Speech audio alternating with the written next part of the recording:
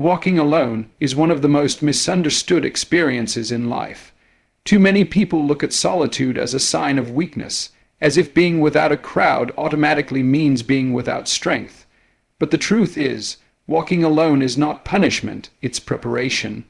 The moments where you find yourself in silence, away from the noise of the world, are not empty. They are sacred. They are the very ground where greatness begins. The applause, the cheering, the encouragement of others may feel good, but none of it lasts forever. There comes a time when the noise fades, the crowd disappears, and the spotlight dims. You're left standing face to face with the person in the mirror, and that is the moment that defines you. Greatness has never been born in the spotlight. It is forged in the shadows. It is carved in silence. It is birthed when no one is watching, when no one is applauding, when no one even notices what you are building. Walking alone does not mean you are lonely. It means you are strong enough to stand in your own presence, to confront your own doubts, and to listen to the one voice that matters most. Your own.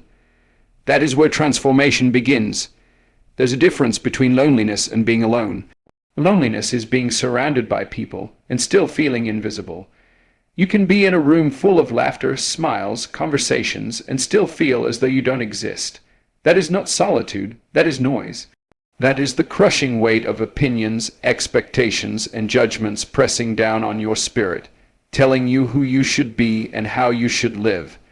You follow along because it feels safer to blend in than to stand out. But fitting in is not freedom. It is a cage.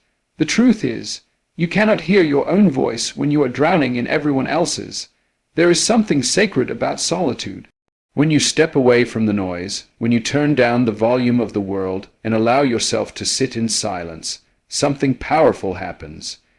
You begin to hear yourself, not the echo of your parents' expectations, not the chatter of your friends, not the voice of society telling you to follow the crowd. You hear the real you, the one buried underneath distractions, the one waiting to speak once the noise dies down. That voice is faint at first, but when you finally listen, it changes everything. Walking alone is uncomfortable, but it's necessary. It's like staring into a mirror without flinching, seeing every crack, every flaw, every weakness. It strips away illusions and forces you to deal with the raw truth of who you are. There are no masks in solitude, no roles to play, no scripts to follow. There is only you. That confrontation can feel terrifying, because it's easier to perform for others than to be honest with yourself. But the more you resist it, the more you delay your own growth. The mirror is not your enemy. It is your greatest teacher. In solitude, you come to realize that pain is not always a sign something is wrong. Sometimes pain is confirmation. The struggle, the stretching, the pressure you feel when walking alone is proof that you are growing. Growth does not feel good. It was never meant to. Comfort is pleasant, but it does not change you. Discomfort does. When you walk alone, when you sit with yourself, when you keep going despite the silence, you are building strength that no one can take from you. This path requires discipline, the kind of discipline that is not fueled by applause or recognition, but by a quiet commitment to yourself. Every time you choose to focus instead of being distracted, every time you show up when no one is looking, you are casting a vote for the person you are becoming. These small, silent victories add up.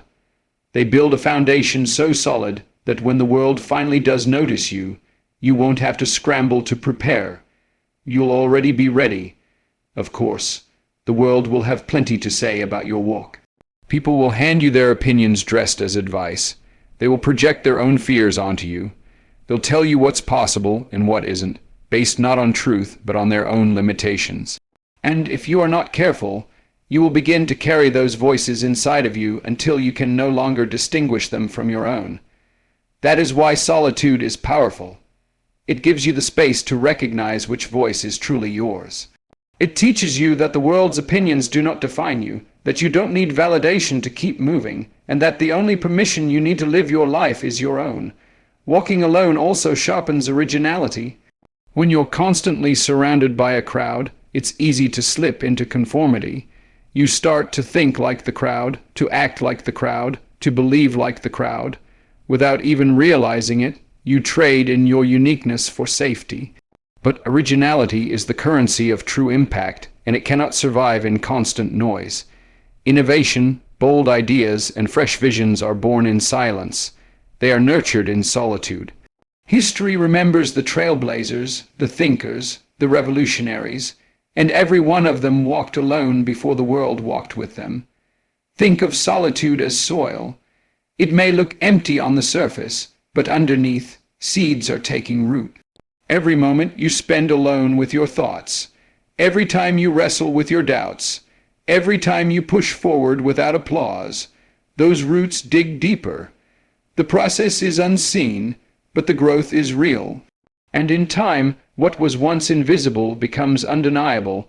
The tree bursts forth, the light begins to shine, and the strength you built in silence becomes the strength you carry into every battle that lies ahead. Walking alone is not weakness. It is the quiet forging of strength. It is the sharpening of vision. It is the cultivation of resilience. It is the moment when you finally stop waiting for the world to tell you who you are and start defining it for yourself. So if you find yourself in a season of solitude, don't run from it. Don't see it as punishment, embrace it. For it is there in the silence that you meet the real you. It is there that your voice grows strong, your confidence becomes unshakable, and your foundation is laid. One day the world will see what you've built, but until then, walk alone. Not with fear, but with faith, knowing that solitude is not the absence of power, but the beginning of it. Pressure is the silent test that life gives us all, and pain is the proof that we're in the process of becoming something greater. Too often people see struggle as a sign to quit, as if discomfort means something is wrong, but the truth is the opposite. Growth does not feel good, and it was never designed to. If it were comfortable, it would not change you. Real transformation requires pressure, the kind that stretches you beyond what you thought you could handle. It is in that stretch, in those moments where every part of you wants to stop, that the deepest growth takes place. Everybody wants the results, the rewards, the recognition. They want the glow up, the respect, the victory. But almost no one wants the process. No one wants the isolation, the nights spent wondering if you're even on the right path, the mornings where you wake up with nothing to hold on to but faith. They want the mountaintop but try to avoid the climb. They want the crown but run from the fire that forges it. Yet if you study the pattern of life, the truth is clear. There is no greatness without pressure, no strength without struggle, no diamond without the crushing weight that transforms coal into brilliance. Pain is not punishment. Pain is preparation. It is the resistance that strengthens your core, the fire that purifies your focus. Without it, you remain soft, untested, easily broken. With it, you become resilient, grounded, and unshakable. Think of the moments in your life when you were under the greatest pressure. They were not easy, but they forced you to dig deeper, to stretch further, to uncover reserves of strength you didn't know you had. Pressure reveals what comfort hides. It shows you not who you pretend to be when things are easy, but who you really are when everything is against you. Imagine this. The phone isn't ringing, no one is calling your name, doors aren't opening, and every sign seems to be pointing toward giving up. That's the exact moment when character is tested. Will you quit because it feels like no one is watching, or will you keep moving, keep grinding, keep showing up anyway? The truth is, the spotlight is not where strength is built. Strength is built in the shadows, in the quiet rooms where no one claps, no one cheers, and yet you show up again and again. That discipline, that consistency, becomes the evidence of your resilience, and it's that evidence that will carry you when the opportunity finally arrives. Pressure is the universal equalizer. It comes for everyone, whether you invite it or not. The difference is in how you respond. Some avoid it at all costs, staying in the shallow end of life where it feels safe.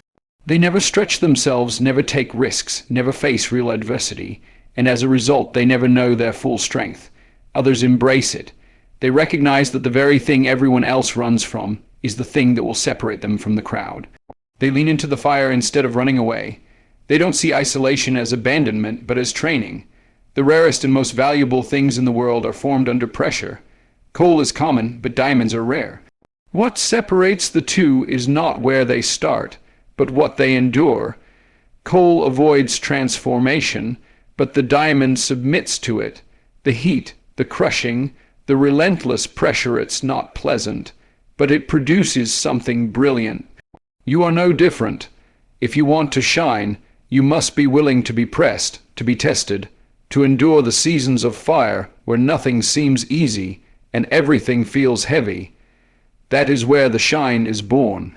Faith plays a crucial role here because walking through pressure without faith feels impossible. Faith is not blind optimism, and it's not ignoring reality. Faith is the anchor that holds you steady when the storm rages. It is the quiet conviction that even though you can't see the outcome, you know the process is shaping you. Faith says, I will keep moving not because it's comfortable, but because I trust this pain has purpose. Comfort will never carry you through the storm, but faith will. Think of the people you admire most, the ones who have achieved greatness or made history. None of them reached their peak without enduring seasons of struggle. They all walked through fire. They all faced pressure. They all had moments when giving up would have been easier, but they didn't fold. Their stories are proof that pain is part of the path. It is not the enemy, it is the ally. It is the training ground that prepares you for the very life you say you want. The problem is, most people want the shortcut. They want to skip the lonely nights, the tears shed behind closed doors, the doubt that eats away in silence. But those are the exact moments where your roots grow deep. A tree that never faces the storm grows shallow roots and topples easily. But the tree that weathers the wind, the rain, the lightning, and still stands becomes unshakable. You are the same. Every tear you shed in silence, every night you kept going when no one else believed, every day you stood tall even when you wanted to collapse. That is your rooting process. And when the storms of life return, you will not topple because your foundation has already been tested. The truth is, pressure will either break you or build you, depending on how you respond. It can crush you if you resist it, but it will strengthen you if you embrace it. You can run from it, or you can lean into it. You can see it as punishment, or you can see it as proof that you are being shaped for something greater. The choice is always yours. Walking alone through pressure teaches you that strength isn't about appearances. It's not about how you look when the world is watching. It's about who you are when no one sees, when no one knows the battle you're fighting, when you show up anyway. That kind of resilience cannot be faked. It cannot be borrowed, it cannot be handed to you, it must be earned in the fire, so the next time you feel the weight of pain pressing down on your chest, remember this. Pressure is not your enemy, it is your refining ground. It is your training, it is life shaping you into the person you were meant to be. Don't run from it, don't despise it, lean into it, trust it, because on the other side of pressure is strength, on the other side of struggle is resilience, and on the other side of pain is greatness. The fire is not there to destroy you, it is there to forge you. Confidence is often spoken about as though it's a magical feeling, something you wake up with on good days and lose on bad ones. People chase it like it's external, something that must be given to them by others through compliments, encouragement, or recognition. But real confidence, the kind that endures when the lights go out and the crowd disperses, is not about how you feel. It is about what you do. It is built one action at a time, one choice at a time, in the silence of your own discipline. Every time you make a promise to yourself and keep it, you are laying another brick in the foundation of trust. Wake up when you said you would, follow through when you said you'd commit, push forward even when you feel like stopping. That's where unshakable confidence is forged. It is not glamorous. No one claps for you when you roll out of bed early to get the work done. No one sees the moment when you push through distractions instead of giving in. But every one of those silent victories adds up. They build something that cannot be bought or faked. Trust in yourself. Trust is the hidden engine of confidence. Think about it. If you had a friend who constantly broke their promises, who told you one thing but always did another, who quit every time things got hard, would you trust them? Probably not. So why would you trust yourself if you keep breaking your own promises? This is why so many people feel insecure and powerless. It's not because they lack potential. It's because deep down, They know they've betrayed themselves too many times. They've quit on themselves so often that their own word has lost value. But the opposite is also true. When you keep your word to yourself, even in the smallest ways, you build evidence. Evidence that you are reliable. Evidence that you are resilient. Evidence that you can trust yourself to follow through no matter what. And that evidence becomes unshakable. That's when you carry a quiet confidence into every room you walk into. You don't need to prove yourself because you already know who you are and what you can endure. That kind of self-trust speaks louder than words. This is why solitude is so important. You cannot build this kind of trust in a crowd. You cannot borrow it from someone else, and you cannot download it from a motivational video. It is forged in moments where it's just you, the mirror, and the decision you're about to make. Will you keep the promise or break it? Will you do the work or make excuses? No one else may see the answer, but you will. And over time, those choices either erode or strengthen the foundation of your confidence. Discipline is the currency of self-trust. Every time you choose discipline over distraction, you are casting a vote for the person you are becoming. These votes accumulate until they form your identity. That is why people who live with discipline exude a quiet power. They are not relying on fleeting feelings to carry them. Their confidence is built on evidence, not emotion. They know who they are because they have proven it to themselves again and again in silence. Walking alone also preserves originality. When you are constantly surrounded by the noise of others' opinions, it becomes difficult to distinguish your own voice. Crowds create conformity. You start to think like them, act like them, want what they want, not because it resonates with you, but because it feels easier to go along than to resist. But the price of conformity is your uniqueness, and without uniqueness, you cannot create real impact. Originality is born in solitude. It is in the quiet, away from the noise, that your mind begins to wander, to question, to connect dots others don't even see. That's where new ideas take root. Every revolutionary, every trailblazer, every innovator walked alone before they ever influenced others. They had to bring something new into the world, you must first separate from the crowd. If you never step away, you never see beyond what everyone else is seeing. There's a misconception that silence means inactivity. People fear being alone because they think it means they're being left behind. But silence is not stagnation. Silence is strategy. It is in those quiet moments, when the distractions fall away, that your mind sharpens, your vision clears, and your path begins to take shape. Neuroscience even supports this. Studies show that silence allows the brain to restore itself, to process deeply, to generate connections that constant noise suppresses. Creativity and innovation require space, and that space is only found in solitude. Silence is not passive, it is active preparation. It's the general studying the battlefield before the war. It's the artist sketching before the masterpiece. It's the leader observing, listening, waiting for the right time to act. When you walk alone, you're not standing still. You're incubating something powerful. And when the time comes, the strategy born in solitude will carry more weight than anything rushed under pressure to conform. This is why resilience is also built in silence. When you are alone, you can no longer lean on the voices of others to push you forward.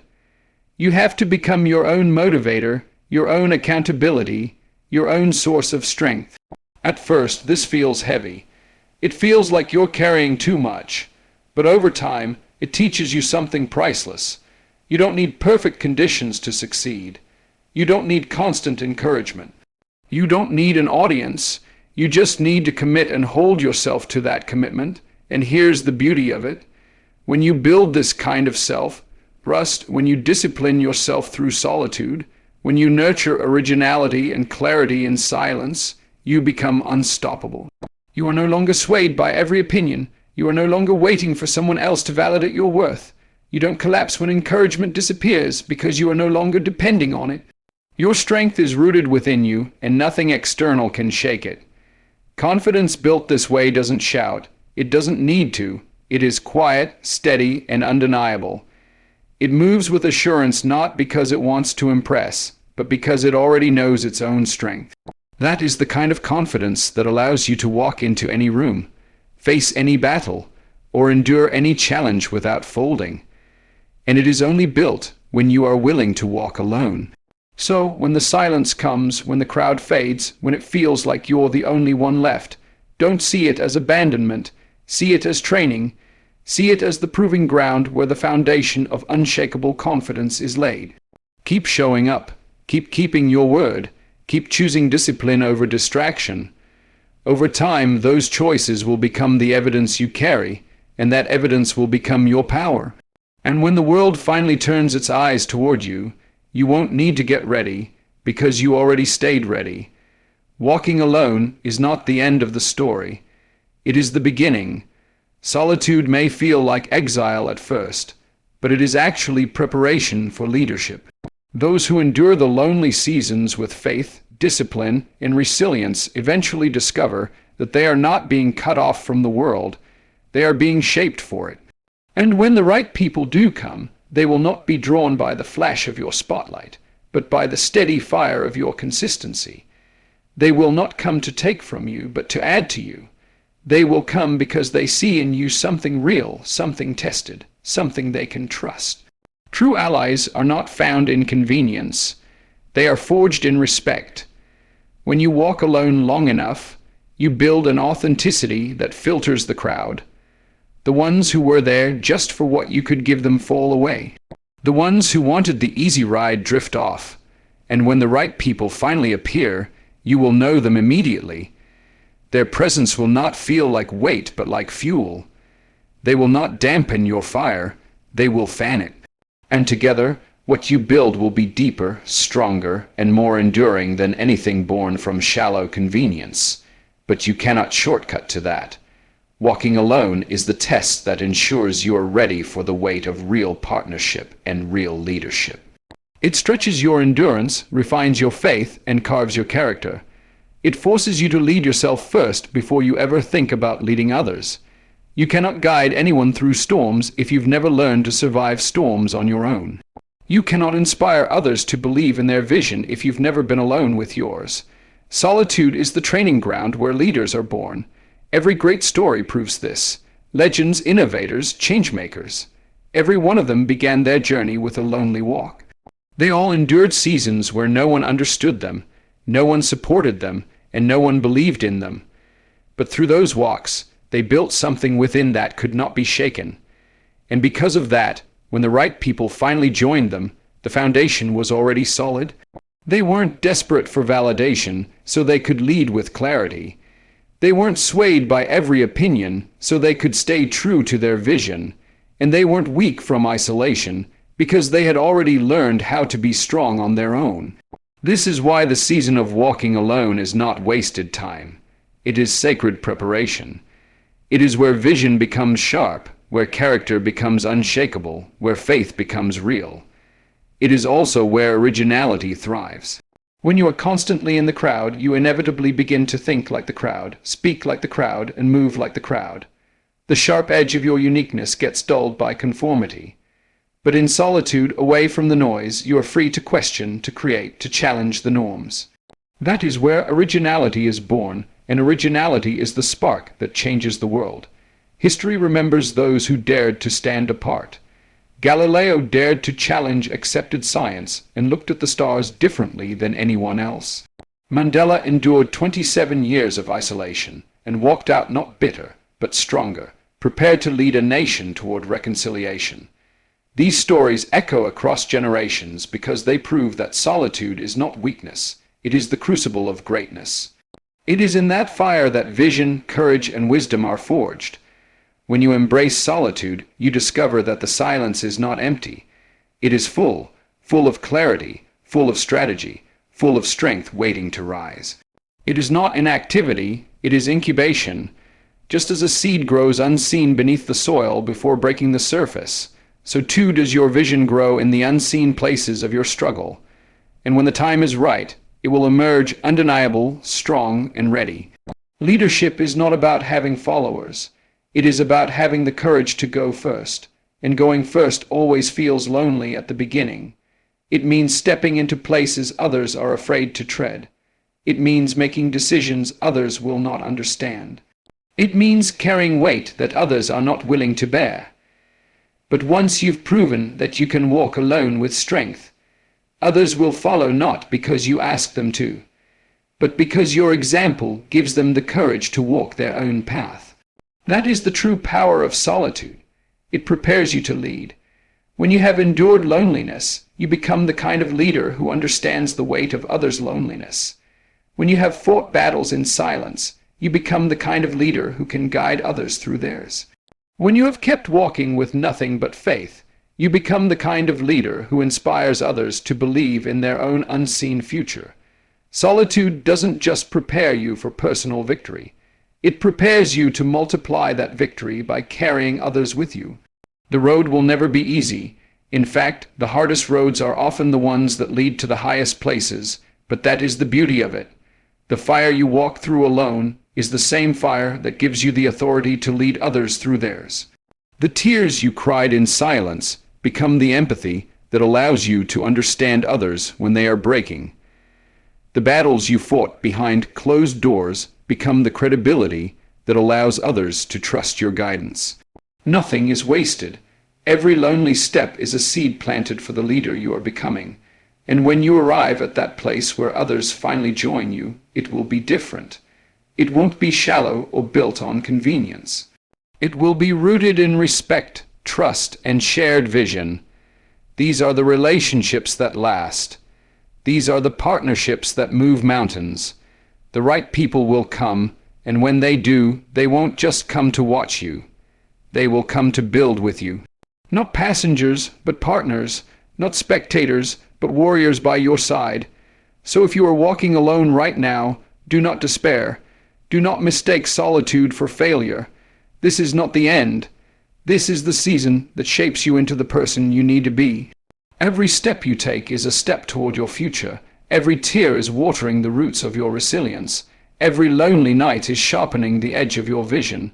You are not broken. You are building. You are not abandoned. You are being prepared.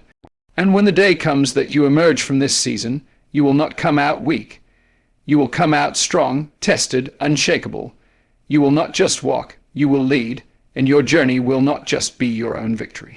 It will become a living example for others, proof that the strongest battles are often won alone, and that those who endure solitude emerge not just survivors, but leaders. So keep walking, keep building, keep believing. The road may be lonely now, but where it leads is beyond what you can imagine. And when you arrive, you will not need applause, because you will know within yourself what it took to get there. That quiet strength, forged in solitude, will be the foundation upon which you lead, inspire, and change the lives of others.